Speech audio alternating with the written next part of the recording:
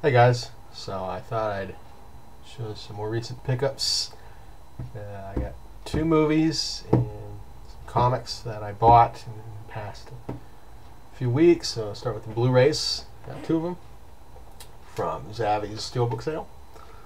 I got Bride of Reanimator, which I didn't get the. I think there was one with both cuts of the movie. This is just the unrated cut, which I was gonna watch that anyway and probably skip out on the 96-minute rated version.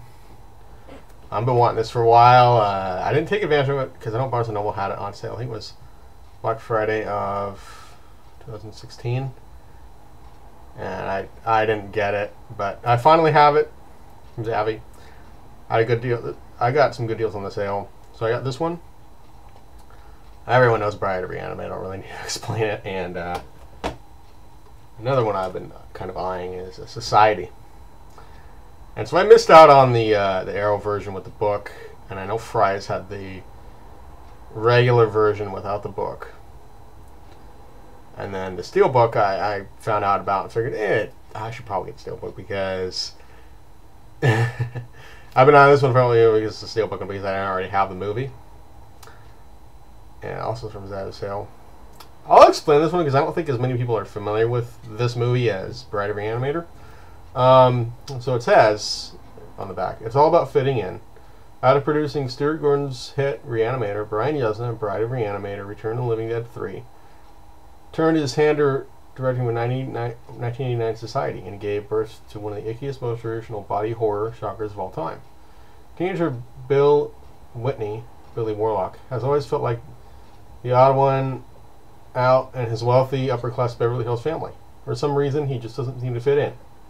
But his sense of alienation takes a sinister turn when he hears an audio recording of his sister's coming-out party, which seems to implicate his family and others in a bizarre, ritualistic orgy. And then there are the strange things he's been saying. Glimpses of people with their bodies contorted, problems out of shape. Is Bill going mad, or is there something seriously amiss in his neighborhood? Packing stomach churning grew, and thought-provoking social commentary in equal measure. Society is a biting horror satire which culminates in one of the most gag-inducing climaxes in all of horror history.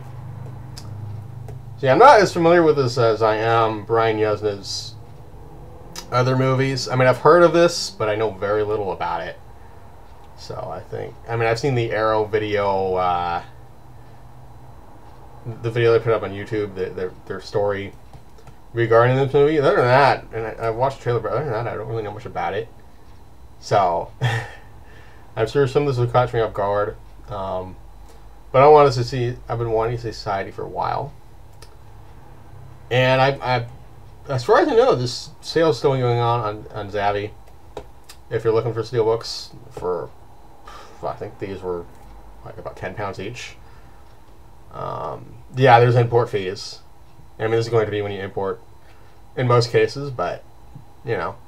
I figured I might as well bite the bullet on these because I don't know if they sell the Steelbooks here locally, and I was looking for a good deal, and I got it. And they have a bunch of other Steelbooks too, not just these Arrow ones. But take a look if you're interested, because I'm not really a Steelbook collector, but like I said, I wanted to get a good deal. And yeah, these should be worth checking out. And these are both region free. You may notice my fingers covering the 18 on there, but they'll play in any Blu-ray player. So yeah, I mean, Zavvi, was I saying anything about these? Oh, so yeah, these are exclusives to Zavvi. These Steelbooks, the UK versions are, but the US versions of the Steelbooks are not. So you get the US version of Diabolic, or from Diabolic, Amazon, what have you. And as far as I know, they're the same. But I guess Arrow doesn't sell these ones on their site. These UK Steelbooks, they're only available through Zavvi. I hope that makes sense. If not, ask me and I can clear that up for you. Because even I think that's kind of confusing. And I didn't mean to confuse anybody. But yeah, these like I said, take advantage of the sale if you're interested, because as far as I know, it's still going on. And I'll get into my comics here. I had a Visa gift card that I got as a late Christmas present, so I figured, I'm going to buy some comics. It's been a while since I've had a haul to this degree. I mean, I guess since Black Friday really was, but even that was maybe half of what I have here. And so I got a couple good ones. So I got What If this is 8. Yeah, what if the world knew that Daredevil is blind? What ifs are always fun. I buy them every now and then, and it's looked interesting. It was only $1. And I get some other ones here. I've decided to collect the John Byrne run of Fantastic Four. This next one I have is Fantastic Four number 217. And it says, now I'm going to hold it like this, by Herbie Betrayed. So I thought, what's going on here? Herbie's usually docile, but it's interesting. And plus it's John Byrne. Yeah, this is also a John Byrne one. If you're interested in who John Byrne is, I can, just let me know in the comments. I know a little about him. I can just send you the links, whatever. But anyway, Fantastic Four number 258. This is the thing about this issue is that the Fantastic Four do not appear in it, and that's what intrigued me with this issue. Is that okay? Well, there's Doom's hand on the cover. You see his reflection on his hand, and then his hand dripping through the cover. This is supposed to be the title page with Doom on it. As I looked through it a little bit, I thought, oh, okay, well, yeah, Fantastic Four not in this issue. That's interesting. But yeah, but these are my Heroes ones. I'm just throwing that out there. Heroes and Campbell. Great comic shop. They have back issues for half off, like all day, every day, I think. So, yeah, good deals there. You can see why I went there. And then Fantastic Four, number 296. The spine's rolled a bit, so it's hard for me to see that. This cover, I probably seen this cover looked familiar to me. That's why I got it. It's not one that John Byrne worked on, I don't think. Well, I think he worked on a few of the pages. I'll have to look through it again. Because this is a 25th anniversary issue, so it's, I think this is double size or something. Yeah, it's like 48 pages or however many there are. And, yeah, a bunch of artists work on this one. I have a Boris the Bear comic, issue 9. And the cover on that is kind of a parody of this. It has Boris the Bear. And it has G.I. Joe characters around it. And I think there was even an X-Men cover like this, if I'm not mistaken. But yeah, this will be interesting to read. Yeah, because I saw this at the other place I went to. I think they wanted $8 for it, and this was the better deal because this was only what $5.50 off. This like $3.50. So man, I got a good deal on this one. And again, some others. Doom Patrol. This is Volume 3, Issue 2. Decided to collect the John Arcudi Deadpool or Doom Patrol run. Excuse me.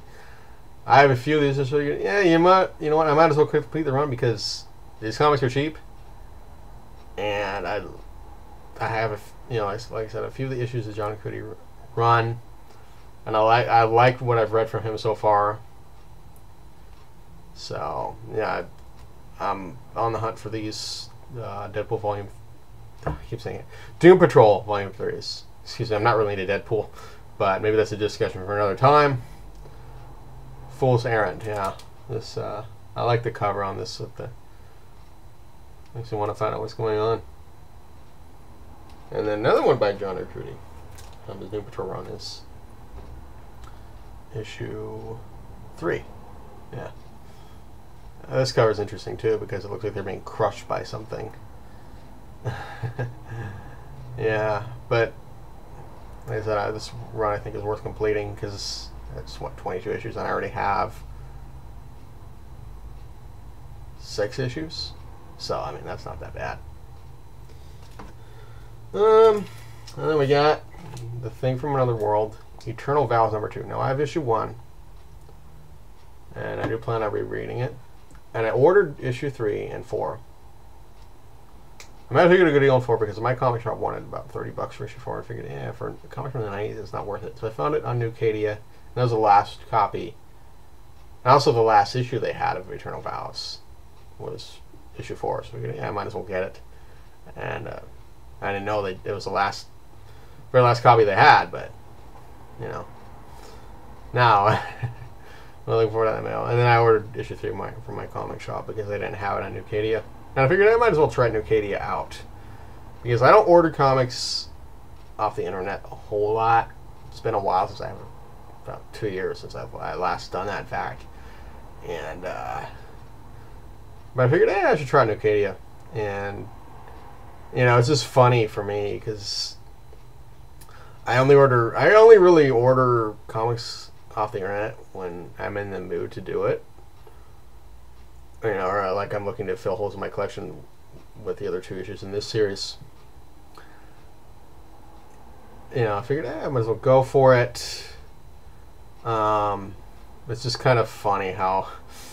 But these Thing from Another World issues, they're hard to find in the wild. And yes, these comics, you're probably wondering, does this have anything to do with John Carpenter's thing? Yes, it does, because that creature there is, you know, the Thing, monster. Well, I guess one of its many forms, anyway. But, yeah, because there was a Marvel Comics title, The Thing, that was the Fantastic Four Ben Grimm character. And what my understanding is that the title is The Thing from Another World because they wanted to avoid confusion with Marvel's The Thing. I don't think I have anything else to say about this, but these do take place after the John Carpenter movie. So, yeah. And there were, I think, 3 or 4 Thing from Another World, you know, mini-series. There's a Thing from Another World, Eternal Vows, and a few others. And then I got, actually, one of the mini-series, speaking of which, some heroes. I found The Thing from Another World, Climate of Fear, issue 1. That cover is pretty cool, I thought. And R.J. McCready is in, I think, both the Climate of Fear and Eternal Vows stories, but I don't know if he's in any of the other ones. He is in the first one, The Thing from Another World. It's just a thing from Another World with no subtitle. But I don't know if he's in Questionable Research or whatever came after that. I haven't read that far into the comics. But anyway, there's issue 2. Pretty crazy cover. Issue 3.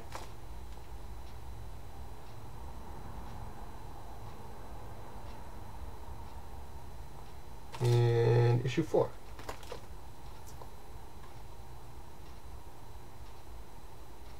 It'd be cool if Dark Horse did another series based on The Thing. I imagine those would sell.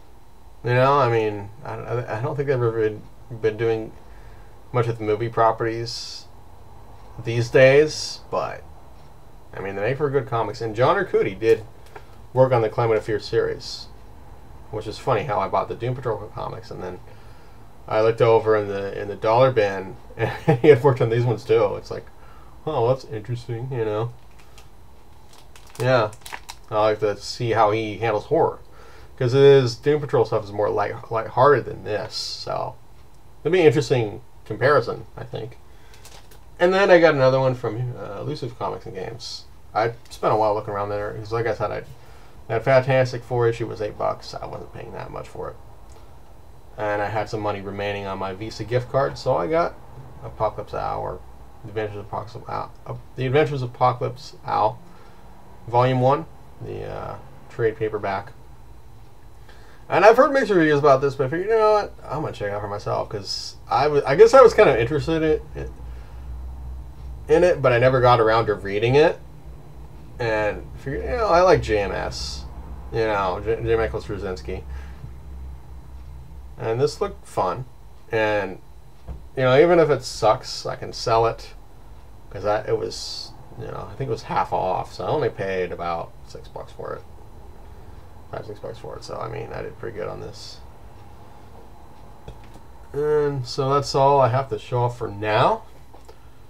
I don't really have any other videos planned for right now. Maybe I'll do one for Team Money 86's contest that he has going on. But other than that, I don't know what else. Depends on what else I have going on this week, and next week is kind of in between, like starting work and then starting another job for a friend later on next month. So things are kind of up in the air right now with both those two. But if you want to know about those, you know, I might just talk about that stuff in an upcoming video. You know, like sometimes I get off on tangents. Hope I didn't get off on too many tangents here. Sometimes it's just a matter of remembering when I want to say. Maybe I should write it down though. But anyway, thanks for watching, and I'll see you guys in the next video.